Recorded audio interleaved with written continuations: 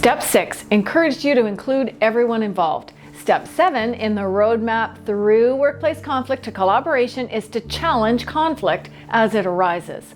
When my kids were toddlers and preschoolers, mealtime was not peaceful. There was conflict because I wanted them to eat what the adults were eating and they wanted what they wanted. This lasted a few years until there was a revolt initiated by me.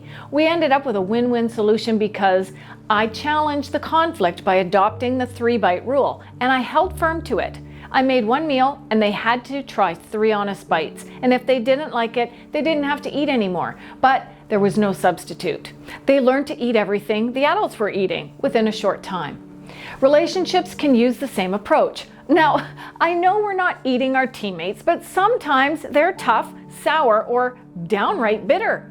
Challenge conflict by trying 3 bites before you give up. And if you really want to improve your sandbox factor, try 3 more. 3 bites isn't 30 bites. As Kenny Rogers says, you gotta know when to hold them and know when to fold them. And as often as you're trying 3 bites or 3 more, you have to swallow your pride.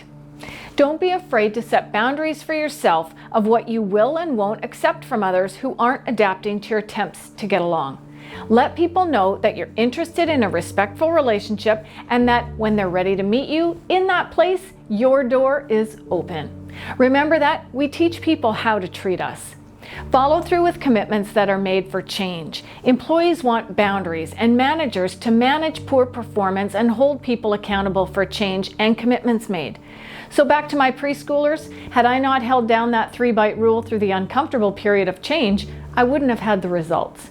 Accountability through follow-up sessions are always a part of my process with work teams. They need time to implement and time to gather again and recalibrate to get back on track.